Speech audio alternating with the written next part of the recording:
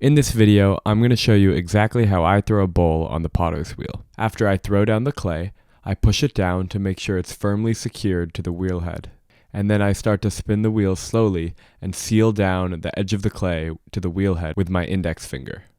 Then I use a sponge to add water to the piece of clay in order to lubricate it and reduce the friction when I start centering it. Reducing the friction makes centering easier and helps me make less mistakes, which is why I keep adding water whenever the clay dries out. To center the clay, I start by coning it up, which I do by leaning my body weight into the piece of clay while squeezing it and moving my hands upwards. For this step, I have the wheel spinning at a medium to fast speed so that I don't create any undulations in the piece of clay. When you're bringing the cone of clay back down, it's really important to push it either to the side or forward when you push it down too, so that it doesn't all bunch up on the top. Here's another look of me bringing the cone down.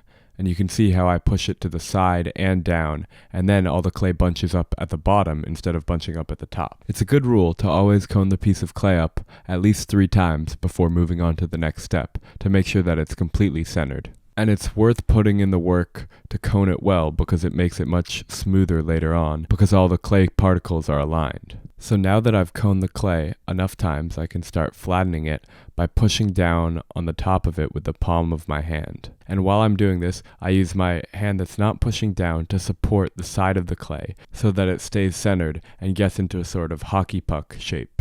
Next, I wrap both my hands around the piece of clay and use both thumbs at the same time to push down and make an indentation in the center of the clay. Initially, I don't go the entire depth that I'm planning on making the hole, but I just go down until I start feeling friction, and then I add some water and then finish the hole. Then I grip the part of the wall that is closest to me, and then I use my 2 middle fingers to pull it towards me very slowly until it's as wide as I want it to be. Next is one of the most important steps, which is compressing the base of the bowl. I use my thumb to slowly go over the entire base and just compress it, and this helps to stop it from cracking later on. Before I start pulling the walls up, I use both my hands to collar the clay in a little bit to make it easier for when I do start pulling. I like to use a little sponge in my right hand when I'm pulling the walls up, because that way my hand doesn't get caught on the side of the walls.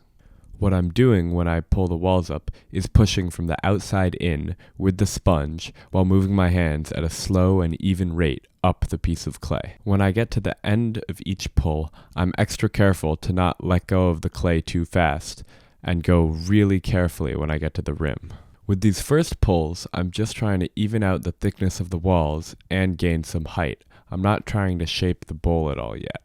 But once the walls of the bowl are an even thickness, then I can start shaping the bowl when I pull it up. And I do this by not only pulling vertically, but pulling horizontally at the same time to make the whole bowl wider and give it the shape of a bowl. It's really important that when you shape the bowl like this, you give it a nice smooth, uninterrupted curve on the inside. Once I'm happy with the shape of the bowl, I take a metal rib and push inside out against the metal rib to scrape all the slip off of the outside of the bowl, which helps it dry faster and makes it easier to pick up, and just overall leaves a cleaner, smoother surface. Then I use a wooden knife tool to carve away the excess clay at the bottom of the bowl. To take it off the wheel, I tightly hold a metal wire and drag it under the bowl, and then use my fingers to grab the bottom part of the bowl where there's still a little bit of extra clay, so it's okay if I indent it. And then I pick it up and put it on the wooden board. And don't be worried if your bowl loses its shape a little bit, because you can push it back into shape and even tap it gently and it'll kind of spring back into shape. I hope you enjoyed this video and found it useful. Thank you so much for watching it. Leave any questions or thoughts you have about the video in the comments and I'll answer all of them. Like this video if you haven't already, and subscribe to this channel if you want to see more videos like this.